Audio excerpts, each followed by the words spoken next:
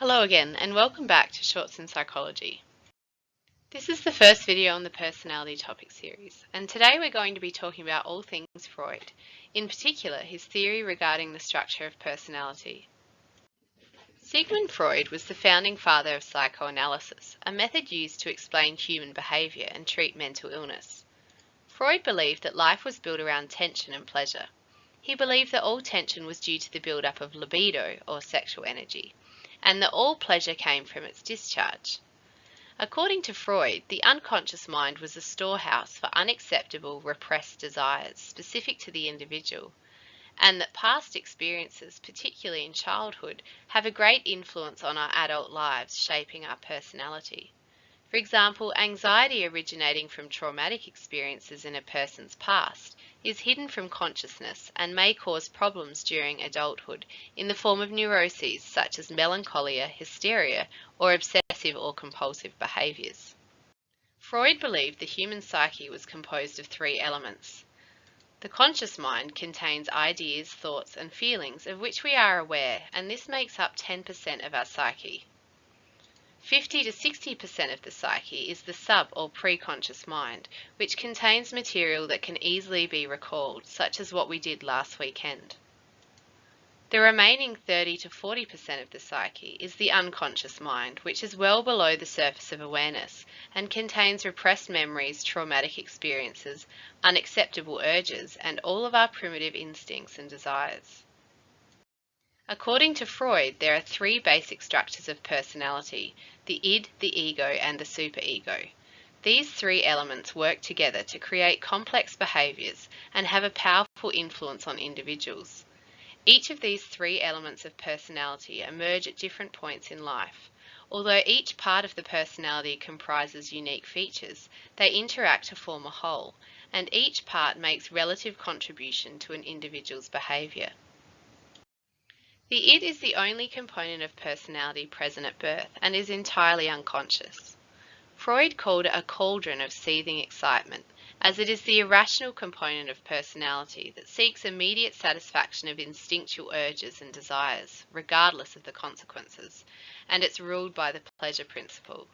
It is the primitive and instinctual part of the mind that consists of all the inherited or biological components of personality, including sexual and aggressive drives. If the needs of the id are not satisfied immediately, a state of anxiety or tension results. The id is impulsive and responds immediately to the instincts. The personality of a newborn child is all id, and only later does it develop an ego and superego. Imagine trying to convince a baby to wait until lunchtime to eat its meal. Instead, the id requires immediate satisfaction, and because the other components of personality are not yet present, the infant will cry until these needs are fulfilled. Although people eventually learn to control the id via the ego, the id remains infantile in its function throughout a person's life, and does not change with time or experience, as it is not in touch with the external world. The id is not affected by reality, logic, or the everyday world, as it operates within the unconscious part of the mind. Freud said that the ego is the part of the id which has been modified by the direct influence of the external world. It develops to mediate between the unrealistic id and the external real world, hence it operates according to the reality principle. It is the partly conscious, rational, decision-making component of personality that regulates thoughts and behavior. Ideally, the ego works by reason, whereas the id is chaotic and unreasonable. The ego considers social realities and norms, etiquette and rules in deciding how to behave. It works out realistic ways of satisfying the id's demands in a manner acceptable in the real world. In many cases, the id's impulses can be satisfied through a process of delayed gratification. The ego will eventually allow the behavior, but only in the appropriate time and place. Freud made the analogy of the id being a horse, while the ego is the rider. The ego is like a man on horseback who has to hold in check the superior strength of the horse. For example, imagine that you are stuck in a long meeting at work. You find yourself growing increasingly hungry as the meeting drags on. While the id might compel you to jump up from your seat and rush to the break room for a snack, the ego guides you to sit quietly and wait for the meeting to end. Instead of acting upon the primal urges of the id, you spend the rest of the meeting imagining yourself eating a cheeseburger. Once the meeting is finally over, you can seek out the object you were imagining and satisfy the demands of the id in a realistic and appropriate manner. The last component of personality to develop is the superego, which emerges around age 5. It is the partly conscious, self-evaluative and moralistic component of personality that is formed through the internalization of parental and societal rules. The superego provides guidelines for making judgments and focuses on how we ought to behave. The superego acts to perfect and civilize our behavior, working to suppress all unacceptable urges of the id. It struggles to make the ego act upon idealistic standards rather than upon realistic principles. The superego consists of two systems, the conscience and the ideal self. The conscience can punish the ego through causing feelings of guilt. For example, if the ego gives in to the id's demands, the superego may make the person feel bad through guilt.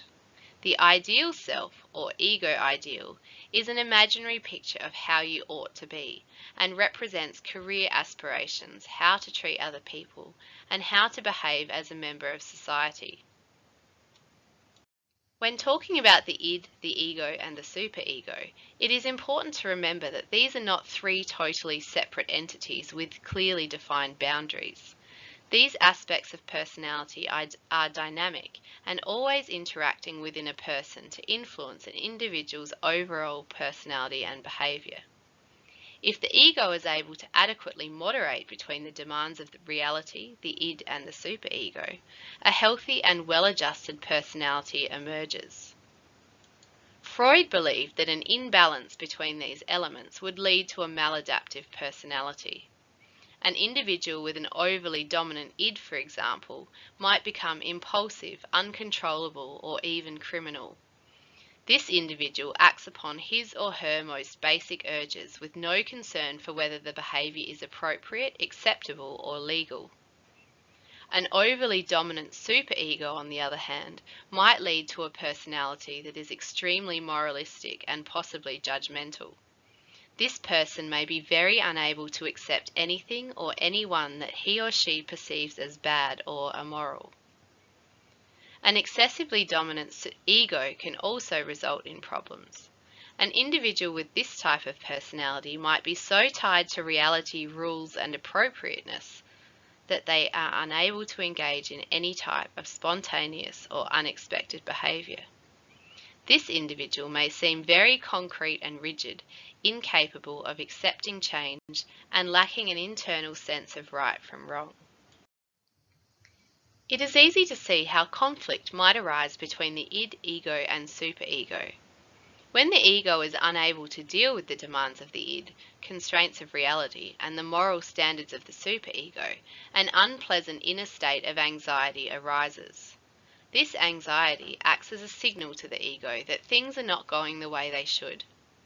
As a result, the ego employs defense mechanisms to help reduce these feelings of anxiety. Let's summarize some of the defense mechanisms the ego may employ to alleviate anxiety. Repression acts to keep information out of conscious awareness.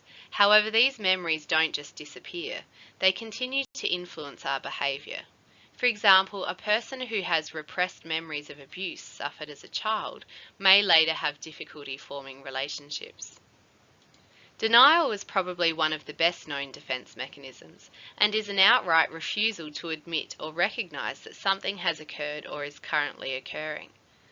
In many cases, there might be overwhelming evidence that something is true, yet the person will continue to deny its existence or truth because it is too uncomfortable to face. Denial can involve a flat-out rejection of the existence of a fact or reality. In other cases, it might involve admitting that something is true, but minimizing its importance. Sometimes people will accept reality and the seriousness of the fact, but they will deny their own responsibility and instead blame other people or other outside forces. Drug addicts or alcoholics often deny that they have a problem, while victims of traumatic events may deny that the event ever occurred. Projection is a defense mechanism that involves taking our own unacceptable qualities or feelings and ascribing them to other people.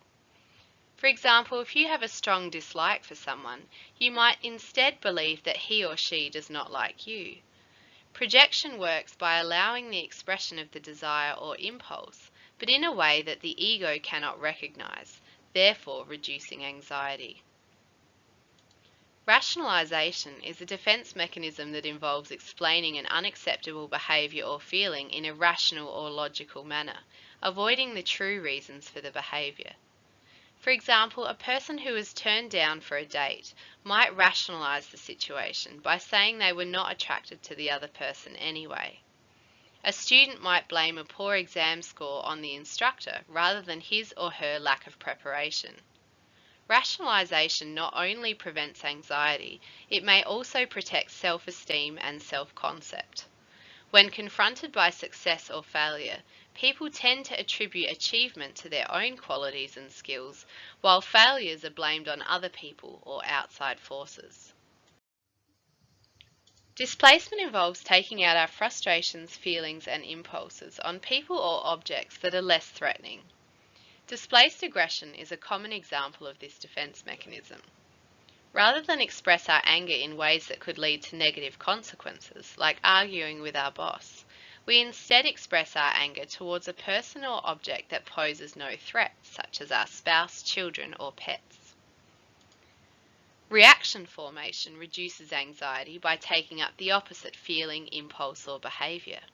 An example of reaction formation would be treating someone you strongly dislike in an excessively friendly manner in order to hide your true feelings. When confronted by stressful events, people sometimes abandon coping strategies and revert to patterns of behavior used in earlier development. This defense mechanism is called regression. For example, an individual fixated at an earlier developmental stage might cry or sulk upon hearing unpleasant news. Finally, sublimation is a defense mechanism that allows us to act out unacceptable impulses by converting these behaviors into a more acceptable form. For example, a person experiencing extreme anger might take up kickboxing as a means of venting frustration. Freud believed that sublimation was a sign of maturity that allows people to function normally in socially acceptable ways. Let's finish by applying Freud's theories to a few past exam questions. Pause the video while you take a moment to complete this question. As I've mentioned in class, the exam will never ask specifically for Freud, as other psychodynamic theories could be taught to students. However, in your case, you can describe any of Freud's theories relating to personality, including his levels of consciousness, unconscious, subconscious, and conscious, structure of personality, id, ego, superego, psychostages of development, or defense mechanisms. As the question is worth 6 marks, you just need to have 3 ideas well described relating to one of these.